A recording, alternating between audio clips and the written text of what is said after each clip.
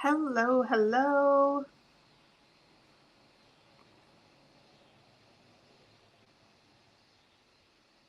Sorry, just checking because we should be live, but I do not know if we are.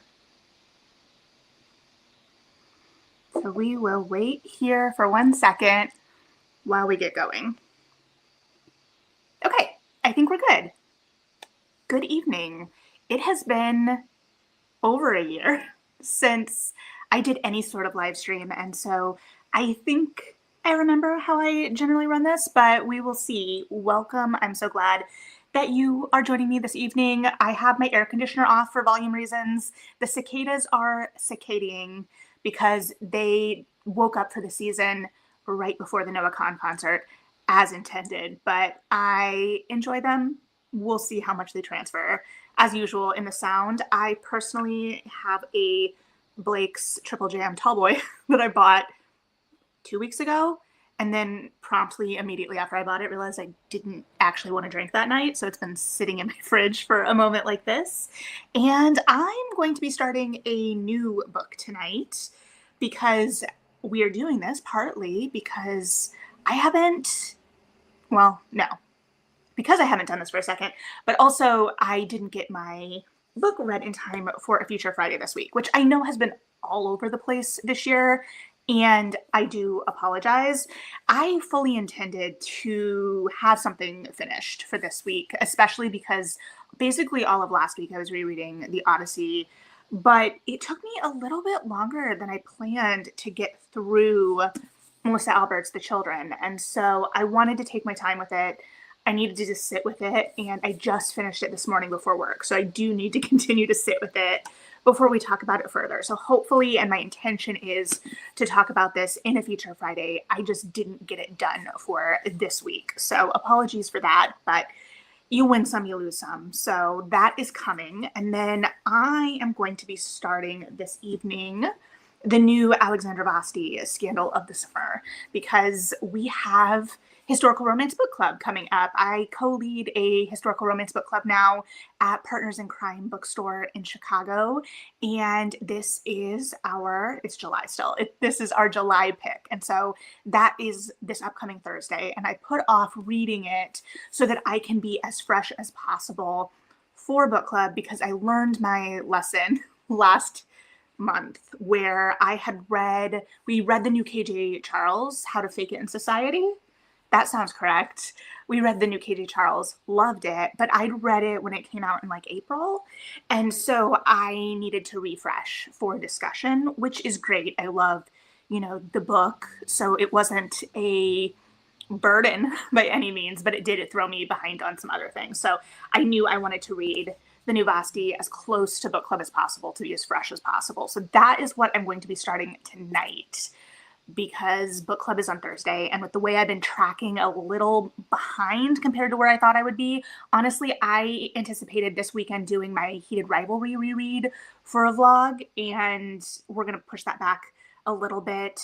And we'll read this. I'm trying to kind of figure out, this is just kind of boring housekeeping. So as I'm babbling and as we're kind of getting people in here, feel free to tell me what you are reading. Actually, I'll put a prompt here.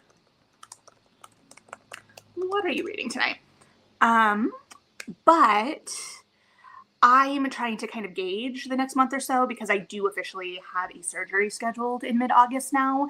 And I don't know what that's going to look like in terms of my content creation schedule, my reading life schedule, and just what I'm going to be prepared for. I'm taking a week off of work, but I don't know if that's going to correlate to what I'm up for in terms of content as well. And obviously, health is always going to take precedence and priority. So that is kind of where my head is at.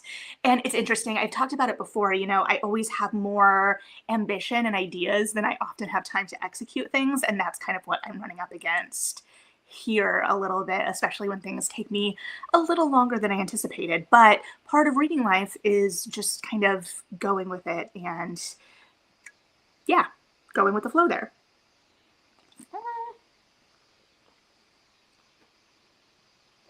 Well, that's embarrassing.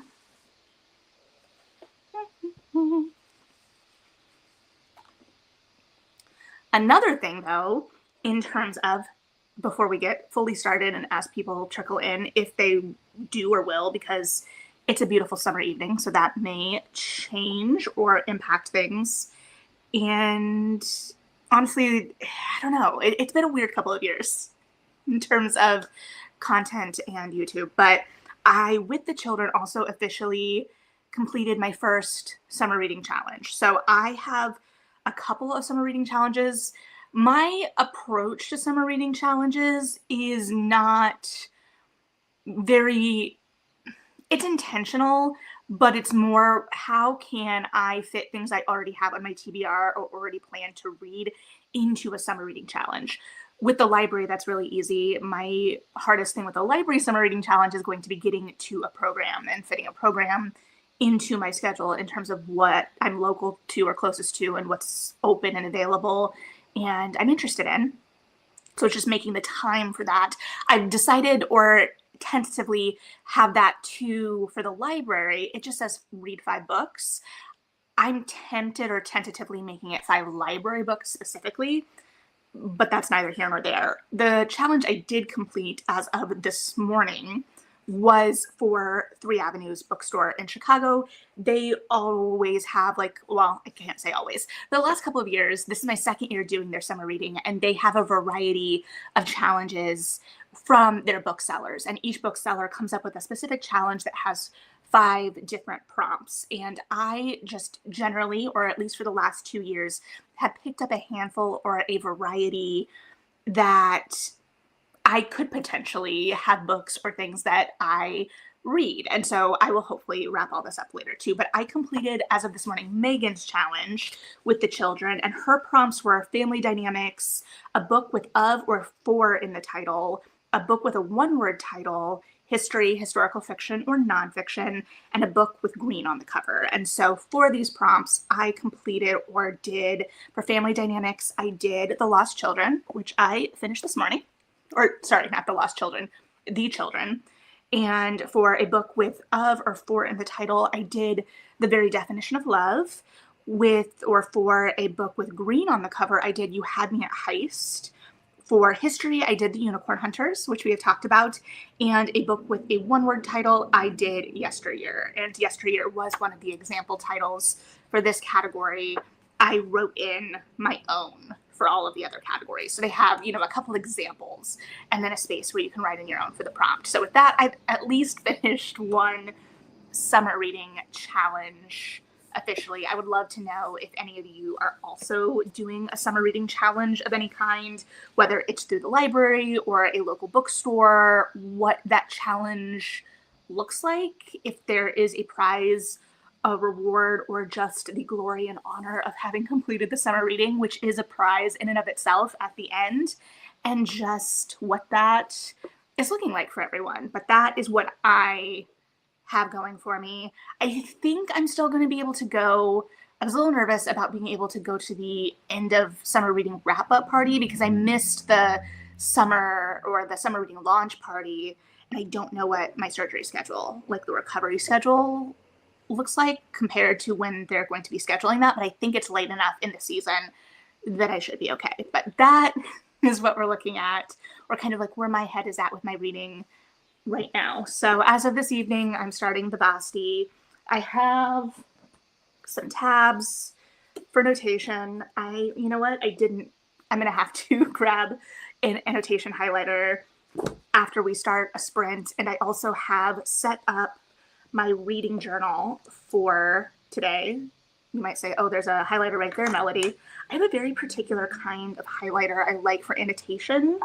I don't know if I actually, here, yeah, I have one. I think I've shown these before, but you can never show them too much. I get these at Paper and Pencil in Andersonville in Chicago. They are a local stationery shop, and these are highlighters that have little guardrails on them. So I call them bumpers for my highlighter, but I really, really like the line these give. Now, am I still going to have a shaky hand? Absolutely. But I think it looks a lot cleaner, and I really like their pastel line for annotation. I think in the children, I used the orangey yellow one for the first time, and I think this is the darkest I've ever seen it. So that's exciting. Love that.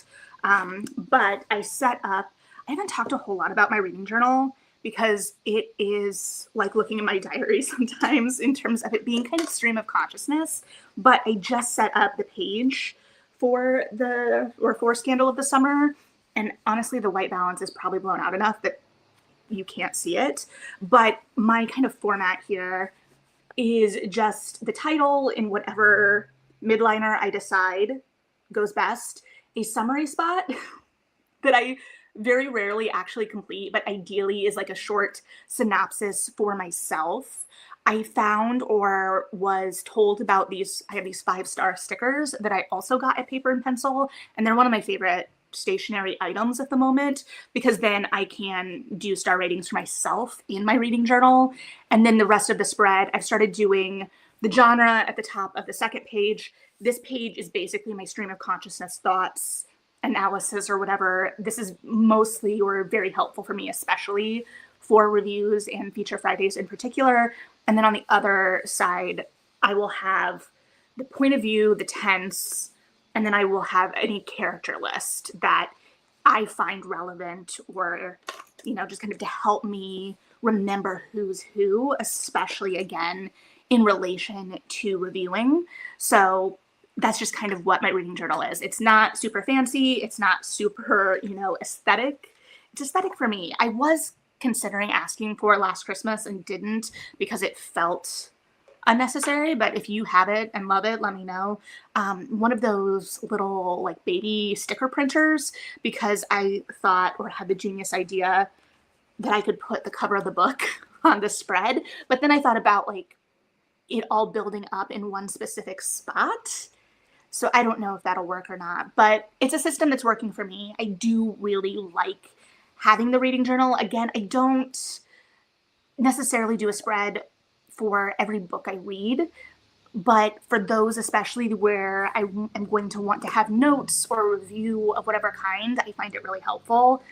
I don't know how you guys do that, if you like having a reading journal, if you just take notes somewhere, if you annotate. I am just getting to the point where I can annotate more. I have historically not been someone who likes to write or mark up my books. I'm trying to get a lot less precious with it, and having honestly cute stationery tools helps me with that, but I'm still more likely to flag than to highlight. I'm more likely to highlight and mark up a paperback than a hardcover. And it's also like how I engage with the text, like the Odyssey that I just reread, I had, purchased the Emily Wilson translation, and I annotated all over that, even if it was just like a snarky comment to myself in the margins. Granted, the margins and the paper weight and quality of that book are prime for annotation, so that may be part of it too, but I'm still getting to the point where I will write things in my books. I'm much more likely to highlight passages, and generally it's like passages that speak to me. If I'm I've thought, especially with, again, the Odyssey, I found myself maybe like circling or marking repeating patterns of words or themes in words in a way that kind of mirrors some of the analysis I was trained to do in theater school. Hey, Melissa. Hi. Sorry. So that's kind of like my annotation. It's not refined by any means. I'm very interested. If you have like annotation technique or things you like to do in your marking and your annotation, I would love to hear about it, because again, I'm trying to be less precious, which really kind of stems from my physical environment as much as anything, because my books are subjected to the light and humidity and heat fluctuation a lot more in an apartment in Chicago than they are or were in my childhood bedroom. And so I just get aging on my books faster. And so I'm trying to be less precious in that way. Okay, you're reading the new Kate Canterbury. Amazing. I do not have that on my radar yet, so I'm going to need to look into that. Or is it the new one? Now I have to check. I always forget that I can use my phone while live streaming. Also, let me know how it's sounding. I think it should be okay. Oh no, it's from 2021. That's on me. Okay. For those of you just popping in, I'm going to be starting Scandal of the Summer tonight because I'm reading it for book club and a book club I'm leading. So I really do have to have it read, but I've also put it off because I want to be fresh, like I mentioned earlier, but I've been very, very excited for this book. It's a new, for those of you who may not know, Alexandra Vasti is a historical romance author, historical romance book club, but this is a new series. And there is a pirate or potentially a smuggler, unsure of the distinct categorization within the book, involved in this one. So I'm very excited for that. Okay, perfect. Thank you for letting me know that the sound is okay. I did, like I said, turn the air conditioner off, so I'm lucky that it is a nice night. I'm also lucky that I have an air conditioner that's working this summer. I had to get it swapped out, and it's changed my life. Okay, so that was a bunch of housekeeping that you may or may not care about at all, which is fine, because we're just here to chat and read and hang out. But that's kind of where my reading life is sitting at the moment. Yeah, trying to figure out what the game plan is, what I need to get done before surgery mid-August, what recovery will look like, and how it will impact things. But that's what we're looking at. And it might be a good time. I don't know if there's anything else we want to talk about or if we just want to get into reading. I feel like I made some notes of some things we could talk about potentially, but whether I save them or not is the question. But if there are things as we're hanging out and reading that you have that you want to talk about or that you want to discuss, talking and discussing are the same thing. If there are things you want to talk about, let me know, and we'll see what may be good conversation or what's happening in bookish spaces with some of the series that we kind of keep up with over here, all of that as we go about it. But for now, we probably should read, right? That's why we're here mostly. So let me switch to the cat. How are we feeling? We're feeling good about doing some sprints right now? Let me know.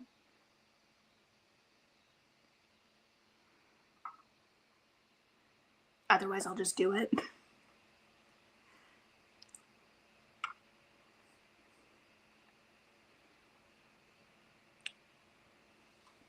Okay, then I'm gonna just do it. I'll put a note in the chat as people come in and out to let you know to feel free to bring up any topics you may want to discuss during breaks or let us know what you're reading and we can go from there. How's that sound? Great. I didn't give you any time to respond. We're just gonna go for it.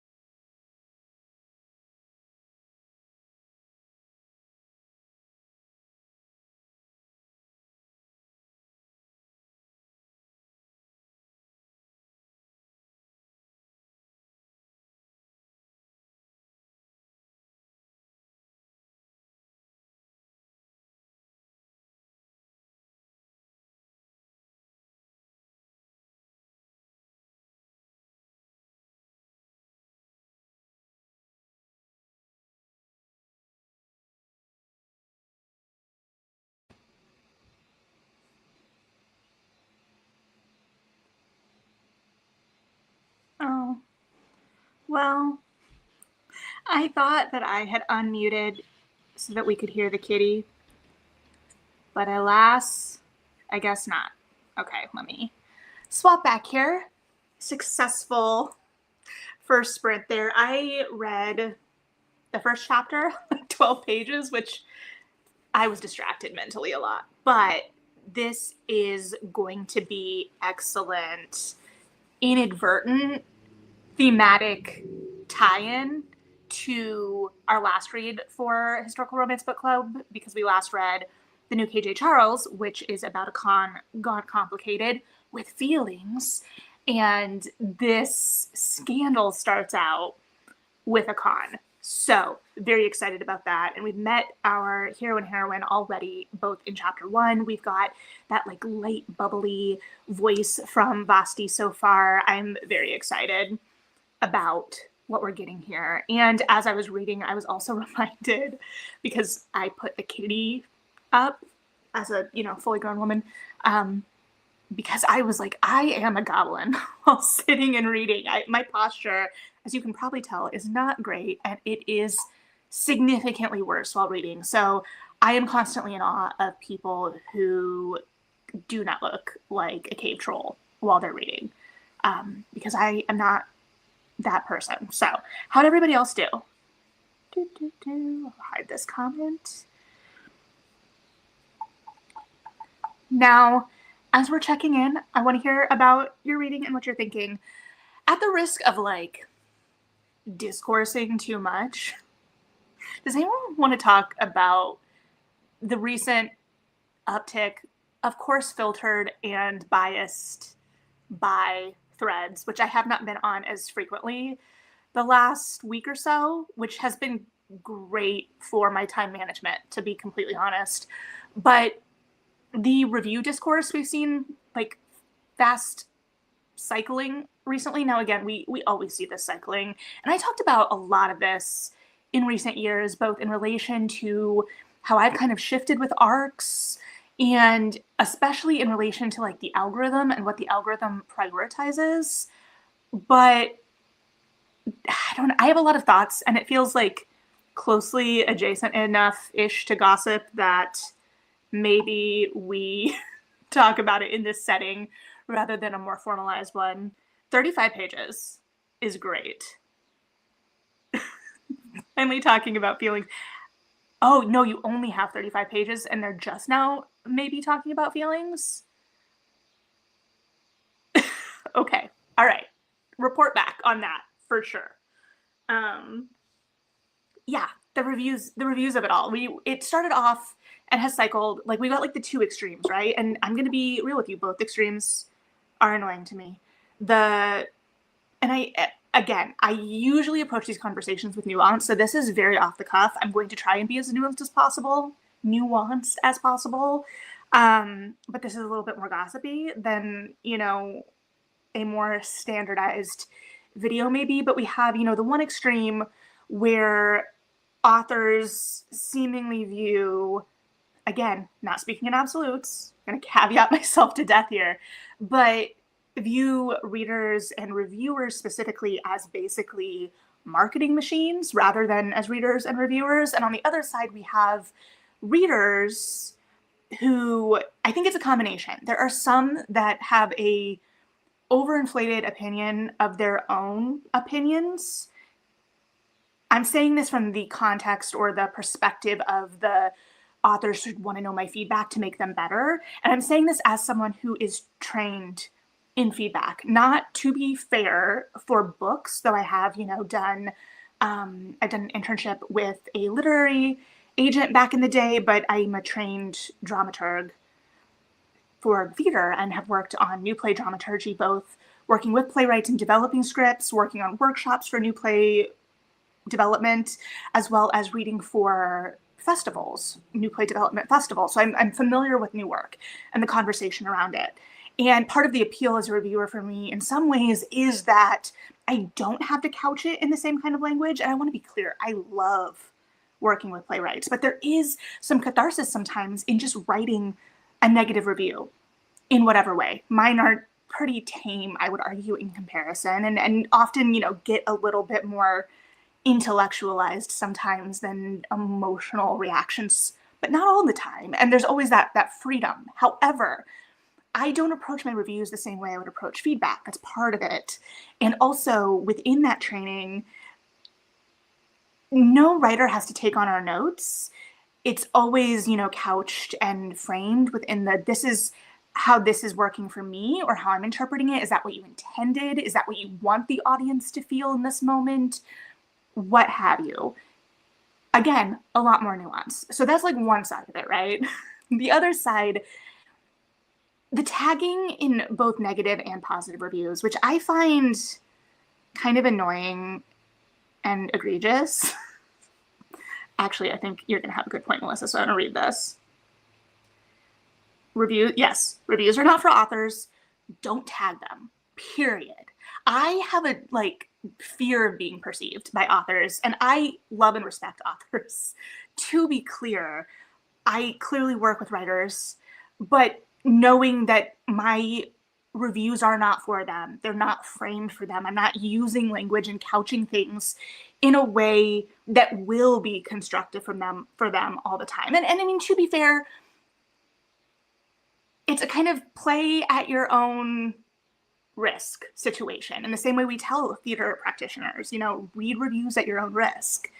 You have to decide, but they're not for you.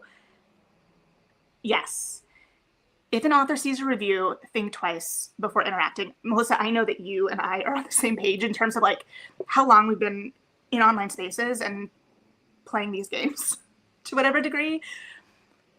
I remember one time I had a guy, or an author, it was a guy, on Goodreads, a negative review of a book that I had reviewed. And I had reviewed an arc, and I don't think I even fully fleshed out my thoughts. I ultimately just said this wasn't for me, and I rated it appropriately. I could have gone more in depth, but I didn't have to, and I didn't like it, And honestly, it was a favor in some ways to not go more in depth.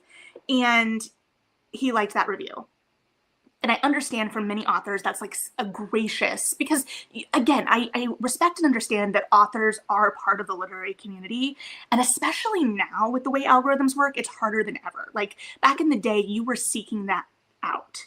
Now you can stumble across it incidentally, which I'm very sympathetic to, and is part of the don't tag people. Don't make it easier for authors to engage with reviews, or make it harder for them to keep those barriers, because most authors are, and they're trying to figure out the nuance and the balance of how to exist in literary landscapes within the context of being an author while also still being readers and wanting to engage in literary conversations because it's what we're passionate about. However, with the tagging, I often feel there's a certain level of look at me to it, to whatever degree. And some of it goes back to the marketing of it, how we've kind of watered down this idea that reviews are for readers, but this is why I edit things, but using reviews for marketing in whatever way, and authors being engaged with that. And I'm sympathetic to that as well, again, because it's so hard to get visibility. But when we're not talking about street teams or this, that, or the other, which I don't have a whole lot of experience with myself, so to be clear. But when you're just tagging authors in reviews, even positive reviews, I struggle with what that balance is, because absolutely I want them to know if I like their work, but I also don't want to invite them into a space where in the future I can't guarantee how I'm going to respond to their work. And it just, I don't know what that balance is, but tagging them does feel like a way to try and gain visibility in whatever way, and sometimes feels very calculated. And I say this take all of this with a grain of salt, because I've been under 1,000 subscribers substantially. I think I'm only at 500 something on Instagram since 2020, right? Who am I to say anything or to speak to anything? I'm not an influencer by any means. I'm just someone with a lot of opinions. At the same time, I have been reviewing books on here for 6 years. over 200 in dedicated videos, which have taken a lot of time and commitment. And while they're not all, stellar ratings and reviews, I try to always give thoughtful, engaged conversations and discussion, which is kind of a, results may vary situation, right? You may respond to something very differently than I do, or something that I didn't really like may appeal to you. And through that discussion, you can kind of parse out what that will be. At the same time, maybe you're like, yeah, that's not going to be for me. And that is a part of the validity and what reviews are for as well, because we're not here to just market books, though I always love helping authors sell books when I love them, but we're here to engage with work. At least that's what I'm here to do. I can't speak to anyone else, and I don't want to put words in anyone's mouths, and people may have differing motivations and focuses, which are valid. To be clear, what isn't valid is, one, tagging authors in negative reviews, authors having disproportionate ideas of what they're owed by a review, which again, I'm sympathetic to, the variances of that, right? I don't know the business side of what however many arcs, looks like, but I think as someone who has been reviewing for many, many years, my reading life looks like whatever on any given day, and I've stepped away from a lot of arcs because I don't want it words. I don't want it to feel like a job, right? So results may vary there, but I'm reading to an idea sometimes, honestly, now what I want my content to be or what I want to discuss, but also what I'm interested in and what honestly is coming at the library at any given moment. I meant to have read Cleopatra by now, the new Sarah El-Rafi, but I had to take it back to the library, and so now I'm waiting on it to come back in my hold. So that, it's complex, it's messy, but at the same time, it's very simple, and I don't know how we keep getting it wrong. Don't dox readers and reviewers. Reviewers are allowed to have negative feelings about a book. Readers are allowed to not like your book. Readers are allowed to not get your book. We're not talking, obviously bigoted opinions here, but, when it's just, I didn't like this, okay. If it was a misunderstanding of the text, either other readers will call that out, or sometimes people misunderstand things, and that's just kind of, it happens. It's not great, but it happens, right? I don't know why it's so messy, but it feels like something we're just always talking about. And especially on Threads, arcs are just such a big discourse constantly because people always want them. And also authors have really high expectations sometimes about what the return on them are. And there are just so many books that I want to read at all times that I'm conflicted on it. I don't know. I felt like that was a much messier exploration than I meant to give it. But I guess live streams are for the messier thoughts. Let me know what you're thinking.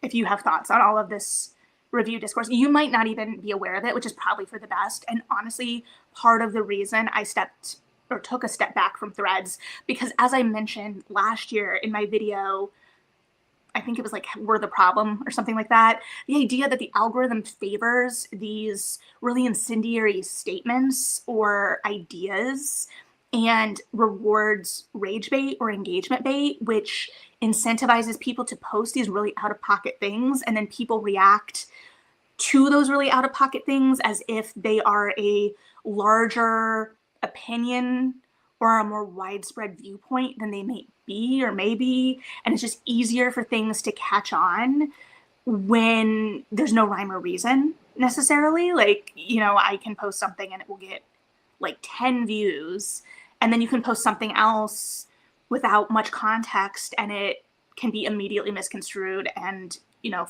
go all over the platform. So it's just the nature of social media, but it also, I'm not going to lie, makes me really paranoid sometimes in how I'm framing things. It makes me a little bit more likely to caveat. I'm someone who does value the nuance in conversations always, and I try to bring that here to this platform and hopefully succeed to whatever degree. But also, it's easier and more rewarding sometimes to just have very definitive statements, incendiary statements. I understand. In the same way that, I have been talking about, slight switch, I've been talking about heated rivalry since the show started. We've talked about it very extensively on this channel, though not as extensively as you might think compared to how things have caught on. And I've really been thinking about interacting, especially on Threads, which again, separate place. But I was reacting in the moment as things were airing, but I realized how far I've stepped back from that. And even as someone who has created content about the show, kind of checking my imposter syndrome at times within a fandom that has grown exponentially, even since I stopped, actively talking about the show as it was airing. So it's just really interesting. It's a, cultural ethnography in whatever way. I don't know that I have distilled or communicated these thoughts as well as I maybe could have, but they've been on my mind.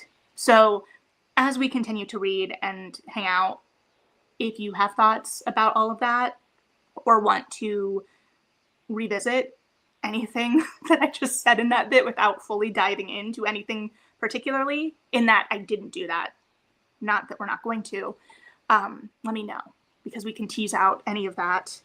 Otherwise, I might just ramble for hours, which is always the danger here. So with that, what do you say we do some more sprints? Because I legitimately have no time, no concept of how long I have been rambling in this moment. So let's...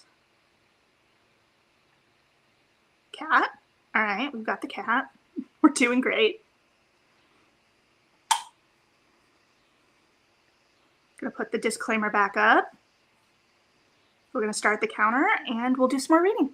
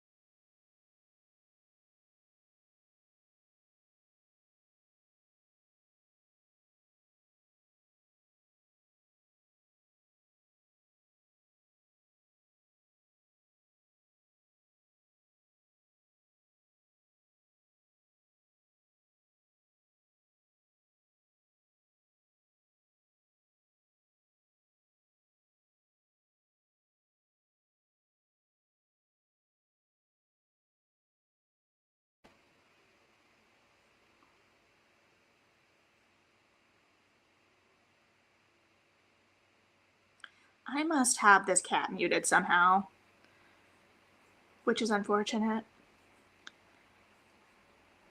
Because the little meow is like a reward for the focus.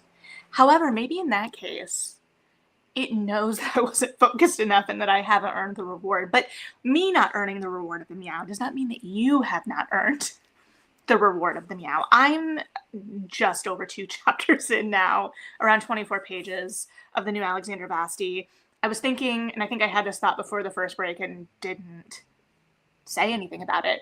I first read Vasti for the first time last year with Earl Crush, which is the second in the Belvoir's Library series.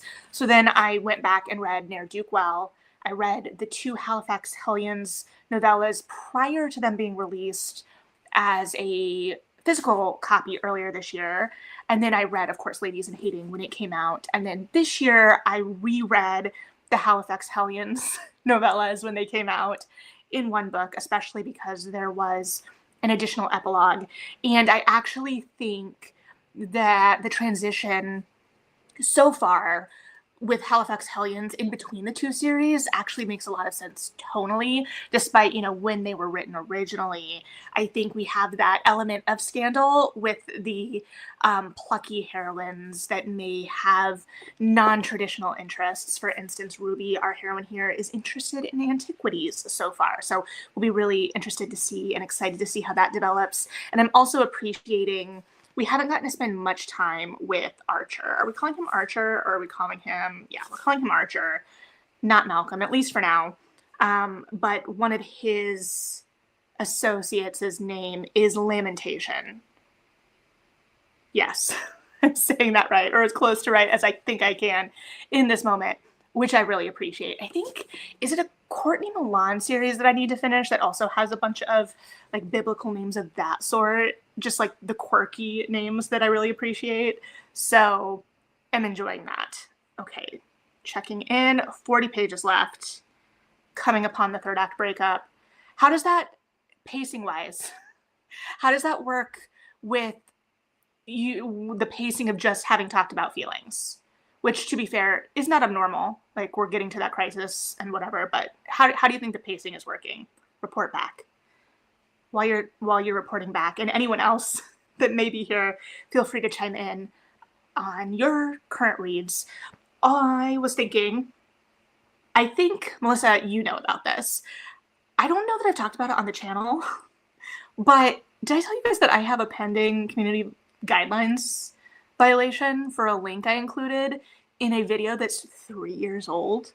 So some of you may recall that I talk about Bridgerton a lot on this channel.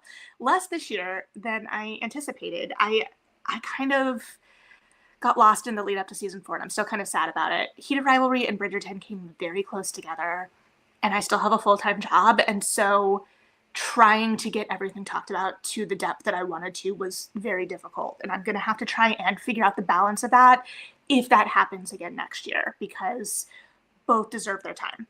However, you may recall we talked about Bridgerton season 3 when season 3 was airing, and in that I did a video talking about the framing of season 3 and Penelope and Colin in season 3 in relation to the myth of Psyche and Eros, because it was peppered throughout the season. It was a central theme. We had the repeated imagery of the mirrors that went above and beyond to some degree, just the reference in the book, especially since it never actually happened in the book, that scene. Anyway, we had that video, a classic kind of Melody Brainchild video, and in it I linked to the Madeline Miller blog post about Psyche and Eros in terms of the myth and her retelling of the myth, because I consider Madeline Miller a very reputable source in terms of mythology and Greek mythology. However, she also had a lot of reference images in terms of classical art inspired or retelling Psyche and Eros.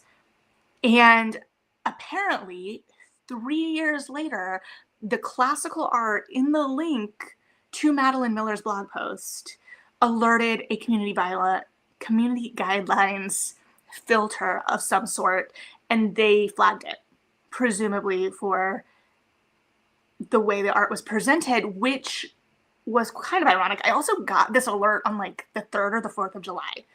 my review is still pending because I contested it because I said, hey, this is not gratuitous. This is within context of the myth and the art and the dialogue about this historically. It's not, intended to instill any other emotions than reflection. And in that is still under review, which is wild to me because it seems pretty cut and dry, especially in relation to the training I took to get it wiped from my record after a certain period of time, if for some reason that review doesn't come in my favor, in which artwork, historical artwork, is specifically referenced. Now, granted, it was about the discussion of the artwork itself, but the artwork in that link is in conversation with the myth and the entire history of the scholarship and the story and how it has been passed down throughout time and the literary allusions to it we see throughout a lot of other story families, which I've talked about before because Psyche and Eros is one of my favorite story families. Anyway, I think it's really comical in some ways and kind of absurd in a lot. Was that my microwave? I don't have anything in the microwave.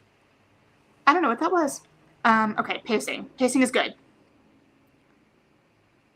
Okay, let's check in on this. Okay. Great. Okay, good. I have not read this series, so I'll have to look into it. Sorry, I got distracted by the beep that may or may not have been my microwave. Begging the question, is my microwave haunted?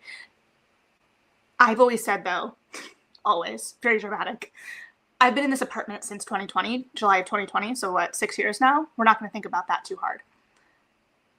Sometimes I'm like, oh, what if my apartment's haunted? But then I remember that I was in lockdown in this apartment, and if a ghost did not make itself known in that period, we have bigger issues. Like, I have different beef with the ghost. So I think we are okay on the haunted microwave front. So stay tuned. Anyway, that is my tale. I'm gonna look this book up again to see what this series was, because now I am intrigued.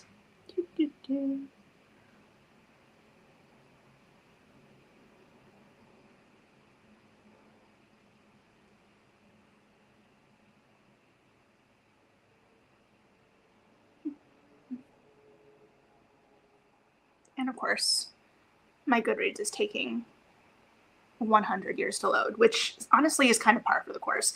Have you ever gone to update your reading status, your page progress, and it takes 100 years to even open the update progress tab? And I don't know how I wanted to finish that. Very dramatically, I presume, but it is stalling. Okay, here we go.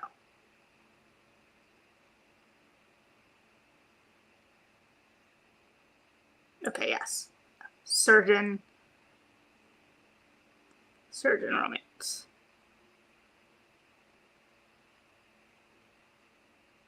Oh, it's her second most popular book, too. I'm behind. Anyway. So we're having a pretty romance-focused night so far. If anyone else is reading or what anyone else is reading, feel free to chime in.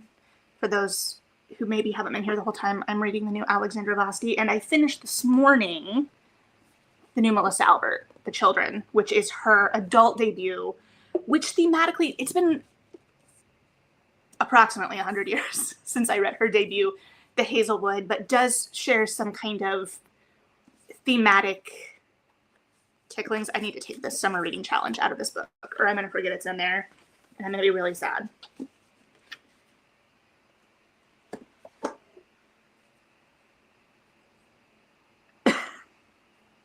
I love when it's perfectly primed to just slip your little favorite player, head canon actor of the moment into any given role.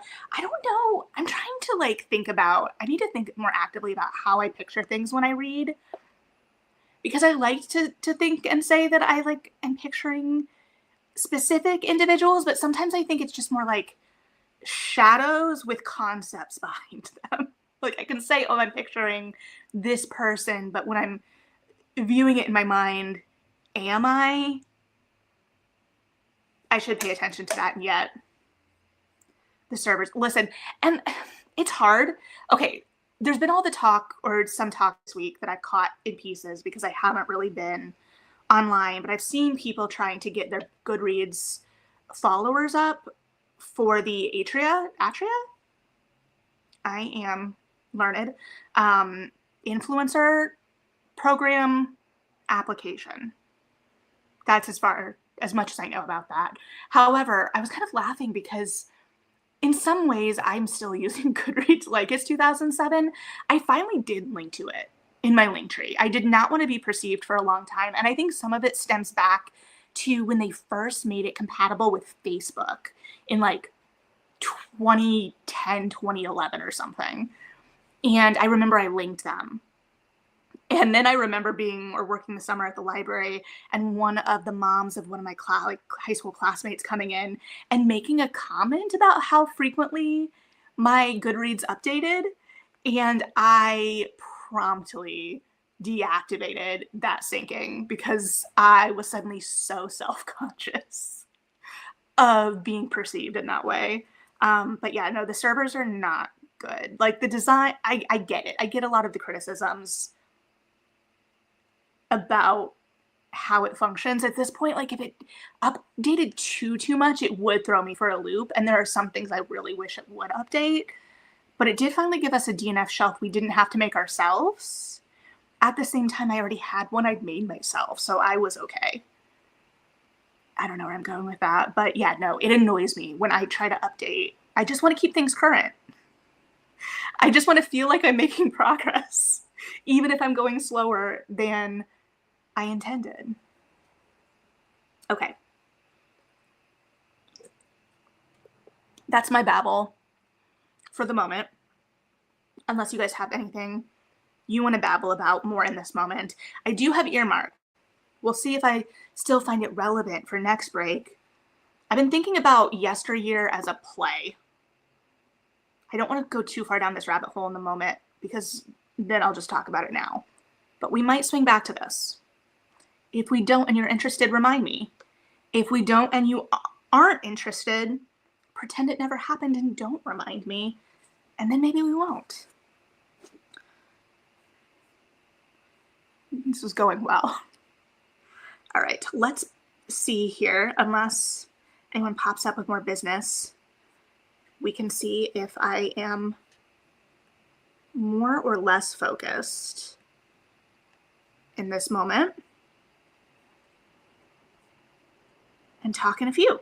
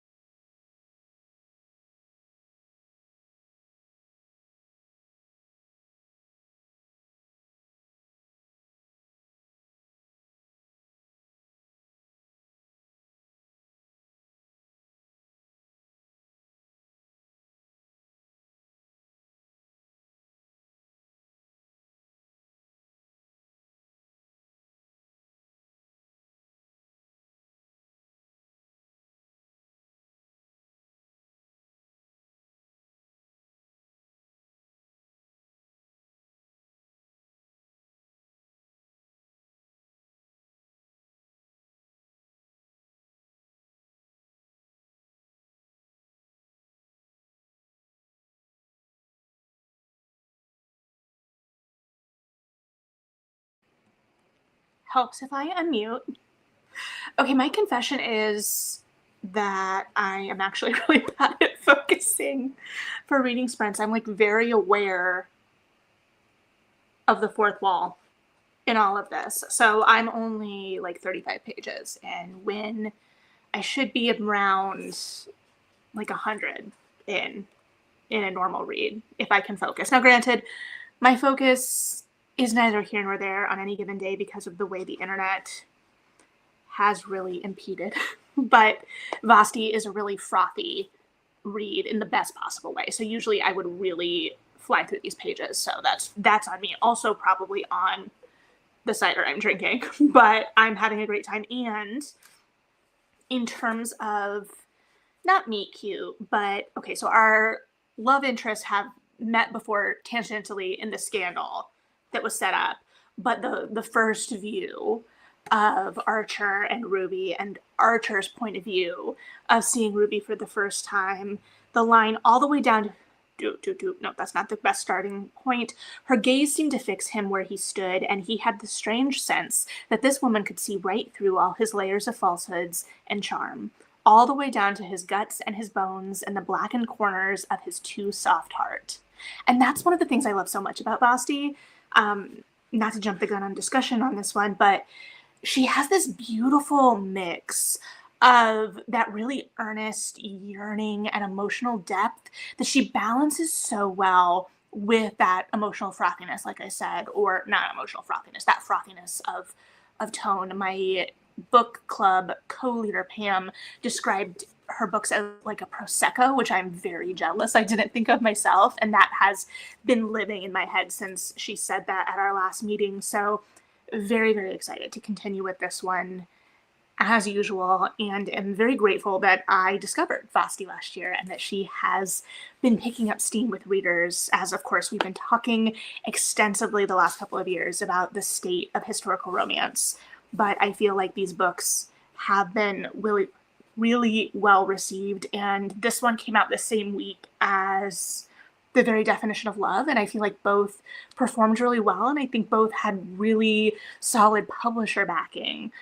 Do I still have feelings about what may or may not be getting publishing or publisher backing in other avenues? Absolutely, I do. But we'll try to keep those a little bit more diplomatic. In this moment, I'm having some petty thoughts. I'm not going to lie to you. What isn't petty? Okay, so I mentioned, yes. Let's check in here. Okay, 10 pages left. Surely, is it a romance if there's not the reciprocal love declarations? Can we count that as a happily ever after? Okay, staying tuned to developments there. Okay, yesteryear play. It's clear I do not or have not been drinking as much recently because I can feel the cider. I finished yesteryear. We talked about yesteryear last week. But I've been fascinated, or I get these little brain, I don't know what the word I'm looking for is there, things that just stick in my brain until I exercise them. And this is me exercising this idea. Usually it comes in the form of a long form video, but that's not really the avenue here. I think that there's going to be, and I'm sure we will get a yesteryear movie of some sort, because that's the easiest way for it to reach the most amount of people. And this has clearly captured large swaths of audiences, whichever side of the discourse you fall on with the book. Like I said, I didn't give as many of my personal feelings about the book in my discussion. I fall somewhere like in the middle of it at the end of the day. I'm more interested in the idea of yesteryear as a play, because I think there's a really unique opportunity there. I love the ability, and this is one of the things I'm going to be most interested to see with Yaga, moving from a play to the screen. And honestly, we will probably talk about that show in some capacity. Let me know if you are or not interested in that, because One, the play itself is kind of the exact kind of play as a dramaturg I was always hoping to read or on the hunt for, whatever way, right? Like I'm always going to approach a play for what it is and what it's setting out to be. But when I read a play like that, that has elements of the supernatural and the odd in it, that is always my favorite. I love the ability to play with that, but I love the fluidity of form that that offers. So I'm going to be really interested to see how that translates to the screen, how they're going to handle things like doubling in the cast, the stage doubling, which is a very accepted and normal convention within the theater that I will be interested to see if we see that in the screen adaptation, what that looks like, how people respond to it. However, that fluidity is what I think would serve Yesteryear as a stage production well, especially to, okay, so there's multiple things. Stick with me here. I'm speaking off the cuff.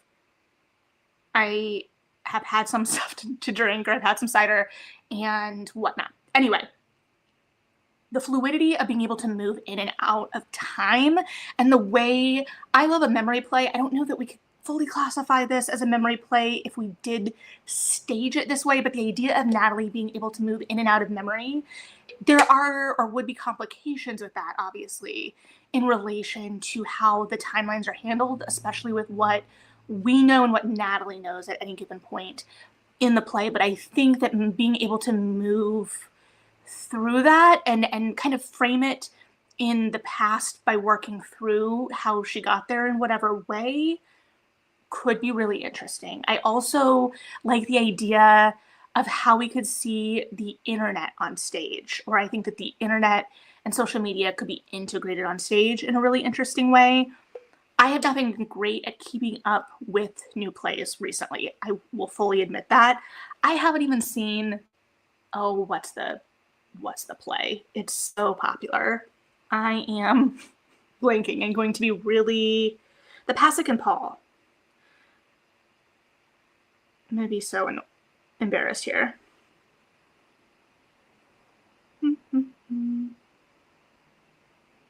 Dear Evan Hansen. Dear Lord. I know that the internet plays some role in that, or in that. I think the best I've seen, and it's been so many years since I read this play, the internet handled on stage was in Kira Alegria Juarez's Water by the Spoonful. Also, what's it called? The Nether by Jennifer something. That's a much darker iteration of that. And honestly, if you liked Yaga, you should read The Nether. Again, dark themes. But yeah, Jennifer Haley. Both really interesting explorations of the online on stage. And honestly, I think that there is an opportunity to actually see the online or feature the online more within the narrative in that translation, or if we did it that way. Here I am just pitching an entire adaptation here. Also, the heightened nature of things, I think that we could lean into that satire a little bit more, and it would read heightened already, so that would be an easier tone to accept as an audience. Again, I don't know personally how successful I find the satire at all times. I know what she was going for. I get it. I just don't know. Even with some of the choices, like I do think that she tried to make Natalie's like religion like kind of an amalgamation in service of that satire. I think that was a very purposeful choice, but again, I personally felt the authorial intent a little bit more sometimes than I hoped to. I wanted to be challenged by the narrative a little bit more, even when I recognized the heightened nature of it, the satire of it. Again, didn't hate it, didn't love it in the way that I kind of hoped to at the same time. So, yeah, that's my thought. But I think it would be really interesting on stage. I think there's a lot of opportunity for really interesting creative choices in that, and I think the medium would serve the storytelling in really interesting ways. Not to say that a screen version wouldn't, there would just be a different kind of framework of that storytelling, and I think the fluidity of the stage, or the fluidity that the stage offers, is something I would be really interested in seeing. I dropped my highlighter. With that, though, I think we're getting the Yaga trailer this weekend, I think, with Comic-Con. I have not been paying attention to the timeline of all of that, but I am interested in seeing that, especially because we're going to be, I like the idea of the kind of meta-ness of Hudson Williams casting that I don't think they fully could anticipate when originally casting it, of him being like the kind of draw into, or one of the draws in a really storied cast, obviously, to this play about female rage. So very excited to see that, but I am not as excited to have to subscribe to yet another streaming service. But also the visibility that a play is getting in this moment is really, really exciting to me. And I'm also really excited because I think I saw somewhere Kat Sandler say that she's added some, or that there might be some script changes in relation to that too. So knowing how involved she's been, and that it really still is her vision, I'm very interested to hear her talk about this story and translating this story from the stage to the screen. I'm going to be really interested in those conversations. Tangent, I apologize. And clearly I need to get back into a rehearsal room. Okay, finished. I've successfully vamped us to some resolution on this book. Okay. The epilogue, okay, 5 stars. Good note. The epilogue's only like 5 minutes later. Okay. Okay. That actually, okay, let's talk about epilogues. I feel, I have you been frustrated by the like lack of epilogues recently? And if it's done well, if we end on a good note, fine, I get it. But sometimes I'm just like, I want to know that we're still happy, 5 years down the line. Like, where's my little sneaky peek, my little post-credit, treat, if you will. And also because sometimes it can feel kind of abrupt. Like I need that like kind of emotional send off and play off. Okay, yeah. Yaga's in Paramount. And I'm so mad about it. And I lucked it because I always said I was never going to get HBO Max because I didn't want to pay for another streaming service. I was very lucky in that I knew I wanted to watch Heated Rivalry, before it came out. And so I was able to get the Black Friday deal, but that Black Friday deal is going to run out. And then what am I going to do? Like, do I just try and see if I can get another Black Friday deal? Do I just suck it up and pay the $12 a month? That doesn't feel sustainable forever. I understand the desire to get these really hot properties on your independent streaming platform.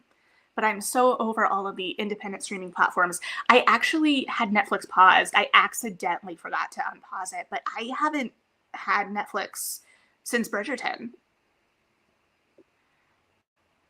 I need to be better, I guess, maybe about watching things, but I'm also still so behind on my reading. Maybe not. But yeah, I don't want to get another streaming platform. And I do think I missed a deal on it, so that's on me, but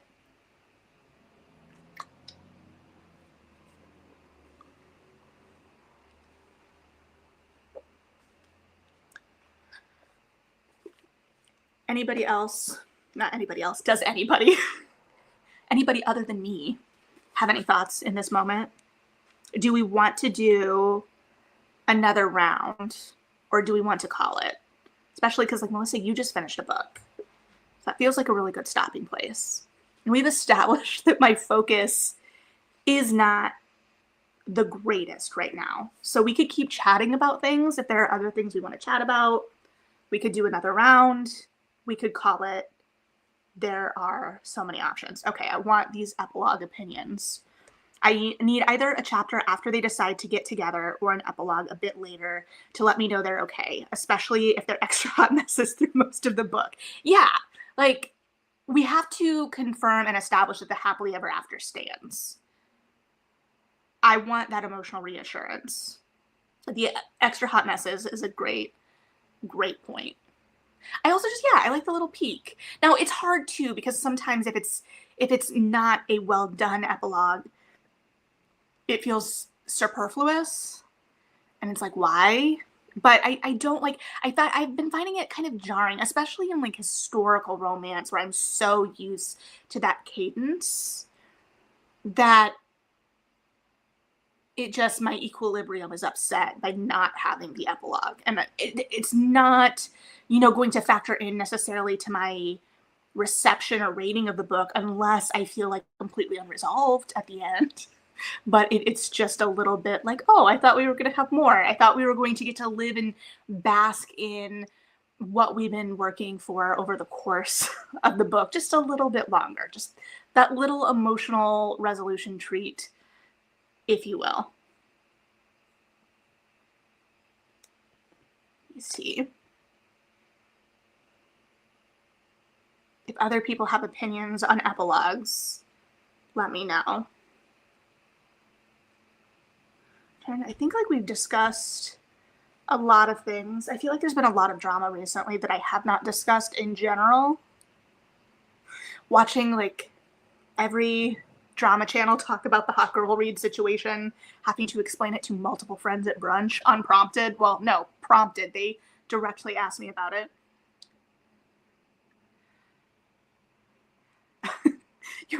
So I also have 3 others in progress.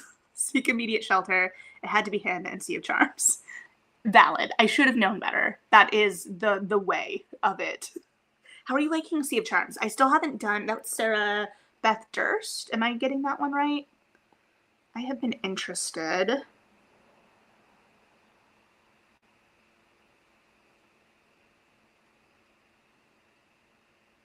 Ha. I was correct. So I haven't read any of these, but I'm very interested. So on the cozy scale, how would you rate it? In the sense of sometimes I'm really good with, I really like Sangumbandana level of cozy, and sometimes I can do like the low stakes no plot cozy, and sometimes I can't. So I guess that's not helpful at all. Okay, well in that case we could do like one more round, maybe. I also like it when an epilogue gives us a button subplot. Yes. Like you get to enjoy seeing a terrible character get comeuppance, and our MCs enjoying telling us about it. I love comeuppance. If you have left me without someone I have been actively courting, like you've been ensuring I detest over the course of the book, and that is left unresolved, I'm gonna feel some type of way about it. Probably. Well, like the resolution can vary. It's not always going to be comeuppance. It might sometimes be, you know, the characters decided it wasn't worth their mental energy or what have you. However, I would argue that the comeuppance is some of the fantasy, and honestly, some of the most successful part of the fantasy sometimes. But cases could be made many ways.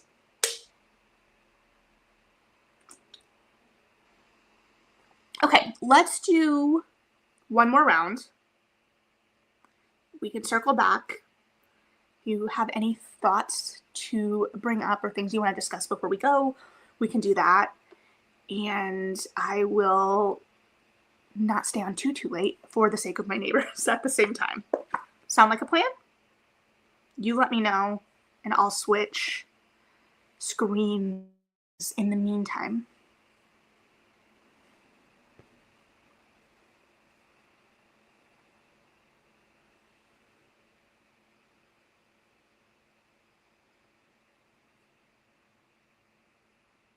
Okay, I'm going to go for it. I'm making an executive decision and going for it.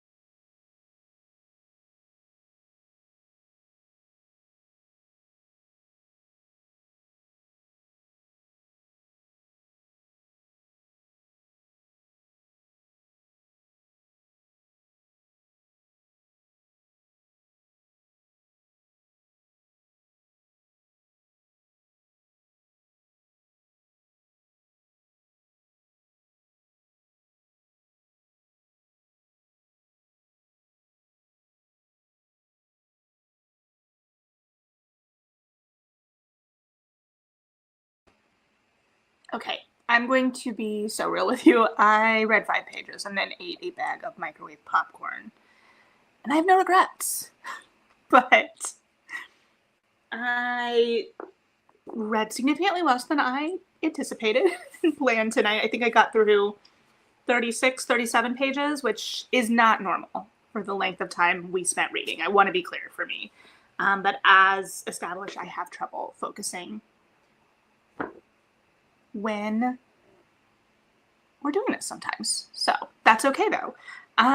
As we finish up here, looking forward, like I kind of talked about at the beginning as well, let me know as I kind of head into this lead up going into preparing for surgery, like what videos or content you might be interested in leading up to that, but also like through the rest of the year, pending adaptation releases or updates or whatnot to some of the series that we discuss more actively.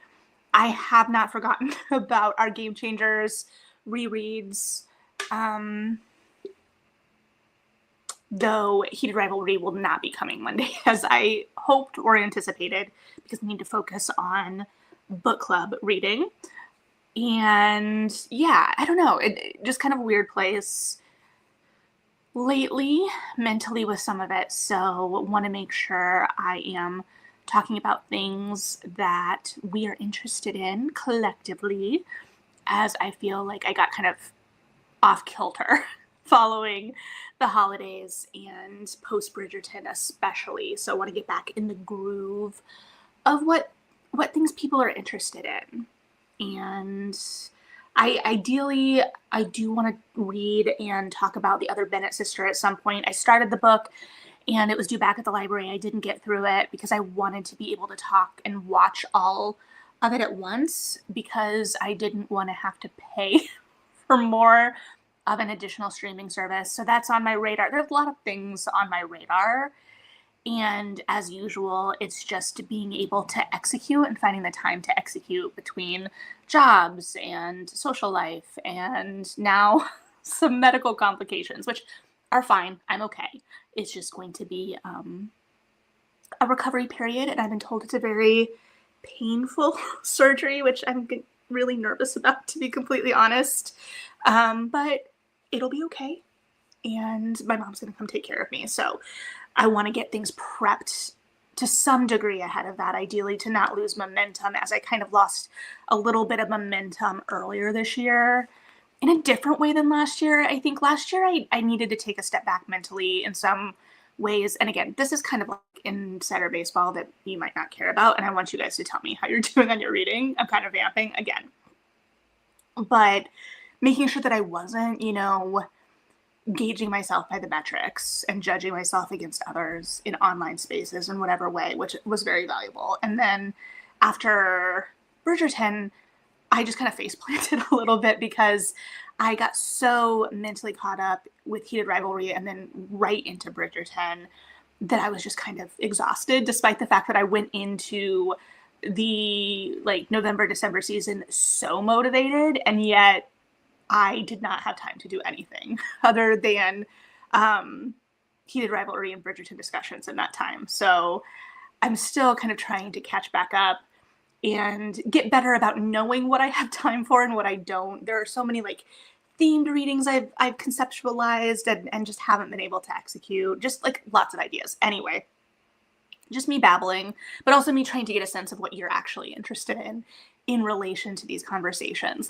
Yes, me having a little nugget in my brain that I want to talk about is important, and I'm going to probably mostly honor that in the moment where I feel is appropriate, but also, wanting to talk about what you're interested in and what you're here for at the same time as well. And sometimes I'm good at gauging that, and sometimes I'm not. So that is what it is. That's my caveat of the night, and also my ask, if there's anything you're interested in. I can't promise I'll get to it, again, with all of the ideas I've had that I haven't been able to get done myself, but I can promise to take it into consideration and try and see where I can kind of wrap things in. And also it's valuable to me to know what you're interested in and what maybe a draw. I'm very aware that I just ate an entire bag of microwave popcorn, and I feel like it is in my mouth, but I don't think it is. Okay, another couple chapters of Sea of Charms. Oh no, which cat? I feel like I should know which cat just based on the text, but I don't. I don't want to guess wrong. I don't like being wrong. I'm fine with admitting I'm wrong, but I don't like putting myself in a position where I am wrong. I'm my own harshest critic. Any other thoughts too, as we're kind of gauging? I know there's also like delays in all of this, but if you guys have thoughts or things you want to talk about before we sign off, things you want to raise, updates you want to give about your book, how far you got tonight, what you were reading, any or all of the above, let me know, and I'll stall for a little longer, just in case there are other things we want to discuss.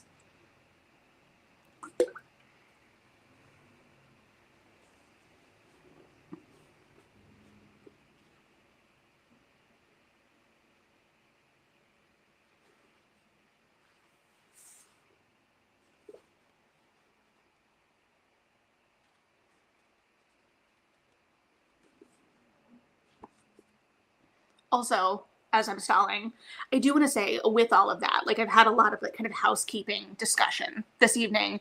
I also want to say, like, I'm so appreciative. I never expect, or please don't think you have to engage with me in the way of like likes and comments of whatever nature. Like you do you. I'm a lurker at heart on the internet. I get it. So truly. But please know that if you have been engaging, if you've been liking, if you've been commenting, if you have just been silently watching, that is all what is keeping me going some days. Not like in a dramatic way, but like in terms of content creation. Like that really is motivating for me. It can be so easy to play the comparison game, but knowing that there are people that are engaging in whatever way and just a watch is an engagement is rewarding and is validating in whatever way. Not that I need to be validated, but I'm trying to say I appreciate you if you are here and if you have been here, if you plan to be here in the future, whatever, you know, length or iteration of that, it's truly appreciated and it is seen. Maybe not like discreetly, right? Like I might not know everyone's names or what have you, but I do see that support, considerate support in whatever way, and I really appreciate it.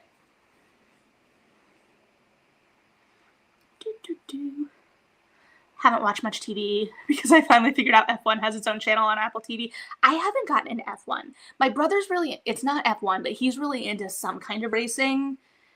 I don't know which one, but he has big opinions. I'm considering it a win because it is a real racing.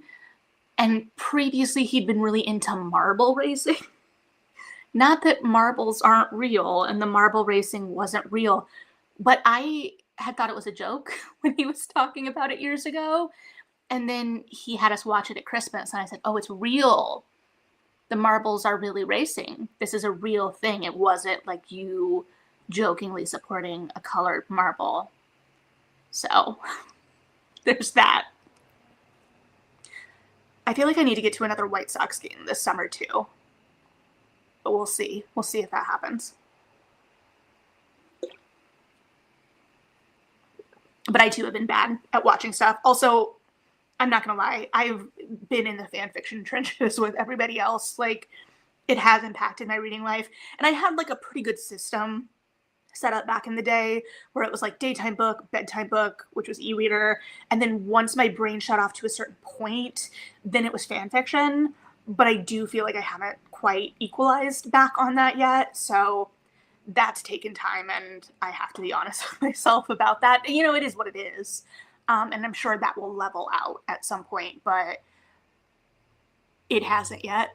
It's starting to. It's starting to for sure, but it will probably level out in time for it to be re-energized. So we'll see how that goes.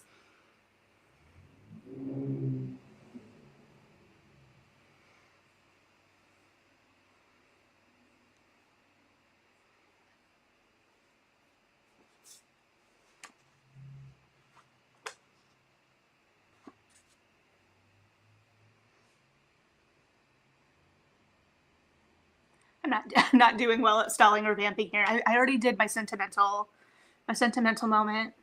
So thank you for indulging that. I mean, honestly, it's probably IndyCar. He's gotten really into the Indy 500. Like, he's determined to like move their seat. I grew up a Hoosier, and I honestly was shocked when he did get into the Indy 500 because I just never knew that was something he was interested in. But I think he's very invested now in moving up his seats. Over the years, earning the more premier seats on the track. Do I know where those are? No, because I have not been paying attention to racing or the Indy 5, but I know a lot of people that go to the Indy 5. And I don't know, as much as it's like associated with Indiana, I never really paid attention to it.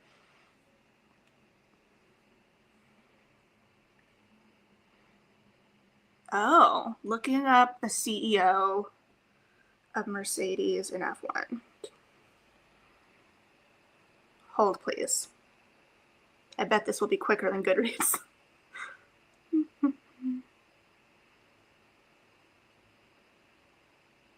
Okay. I see the vision.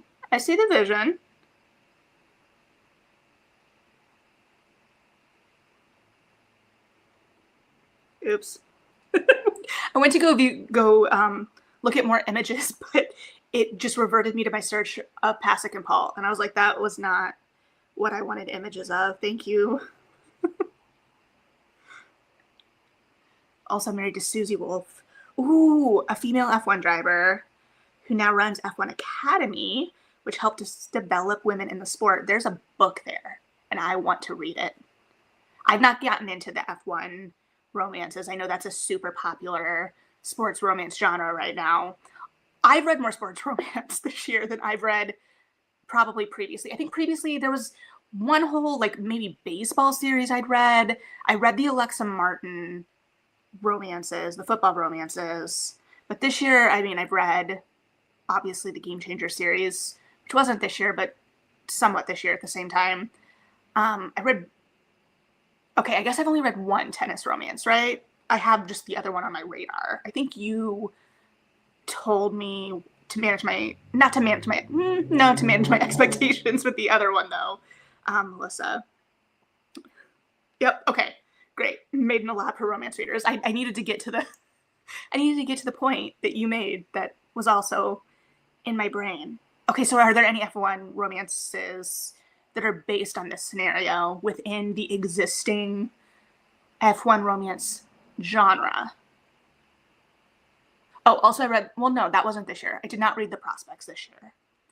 But The Prospects is always a baseball romance that I recommend. Also, though, like talking about like the amount of sport in a sports romance, I think The Prospects is like a really good example of where it shouldn't work for me because there's so much baseball in that, but it works so well because there's such a love of the sport behind it in a really satisfying way. I don't know how to explain it in this moment, but that's what I'm thinking. Oh. Okay. You know where to find me with follow-up information if you don't want to give it here.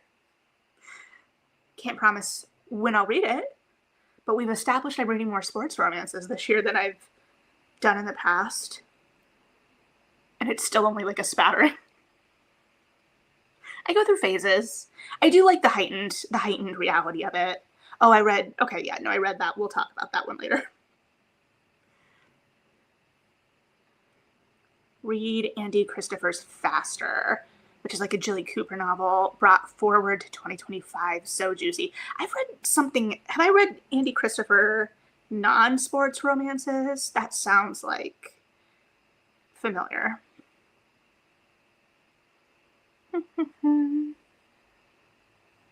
Yes, but only one. I read the Not That Kind of Guy. That was the Chicago one. When did this come out? 2020. I remember reading this in 2020 and like living vicariously through them shopping downtown when I could not go downtown, which is a sad little moment in time. So that's where I know her from.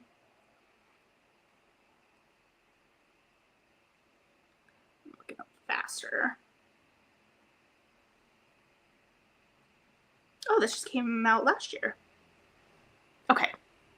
Marking it.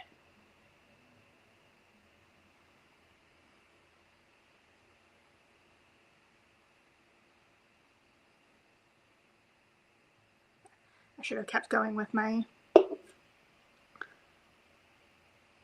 Have I read any more sports romances this year?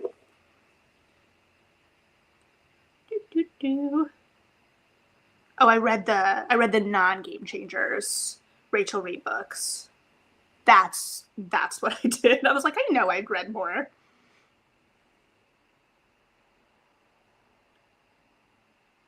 And I read the Alexandria Bellafour, which was football adjacent, but also a little too RPF for me.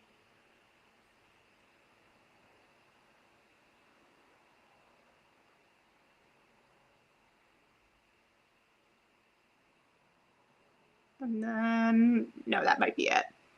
I think that's it. But still, more. I read a J.J. Mulder because it was available for free on Hoopla via audio, and it was something I knew that I could listen to very easily while doing other tasks. So, still exponentially more than historically. And I've read one that we'll talk about in a July wrap-up.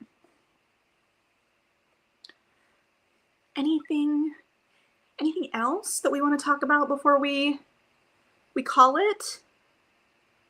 I'm clearly in the slap happier stage of the evening, which means I might be a little bit more candid than it might be sometimes, but I'm sure we can have moments of that in the future as well.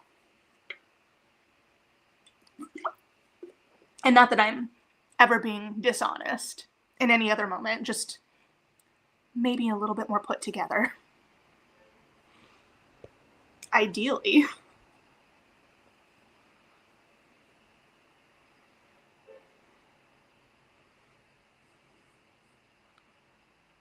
I've read some other F1 romances, but they all have either first novel issues, need a hard development edit, or internal consistency issues, unforced errors. I feel like there's a lot of books recently that have needed or need a hard developmental edit. Even books I've enjoyed. I'm like, I think that we could kind of refine this a little bit. So I feel like we're probably on the same page with that, though.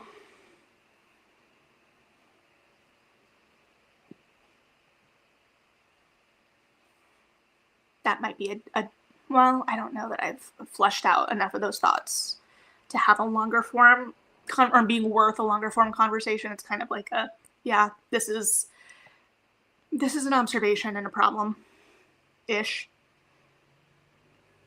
No, not ish. It's a problem.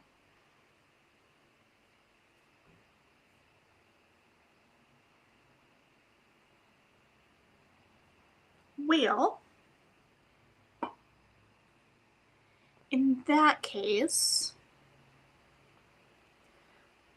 I am going to probably wrap this up here. Like I said, I so appreciate all of you, whether you are watching and have been hanging out with me. Melissa, appreciate you. In real time, if you have popped back in to kind of see the babbling in between the reading sprints, or if you needed just something to put on with some reading sprints, or if you've been here for anything else and for some reason and here with me, are here with me in this exact moment, I appreciate you. I appreciate your time. And yeah. So let me know what you're thinking in the comments going forward. If you got thoughts that you didn't leave in the moment, or if I cut you off accidentally and not intentionally, but thank you. We will be back ideally in more of an organized swing going forward, and we'll work out, some videos going forward. And if you have things you are interested in that, let me know. But as always, thank you for hanging out. Read something good. And yeah,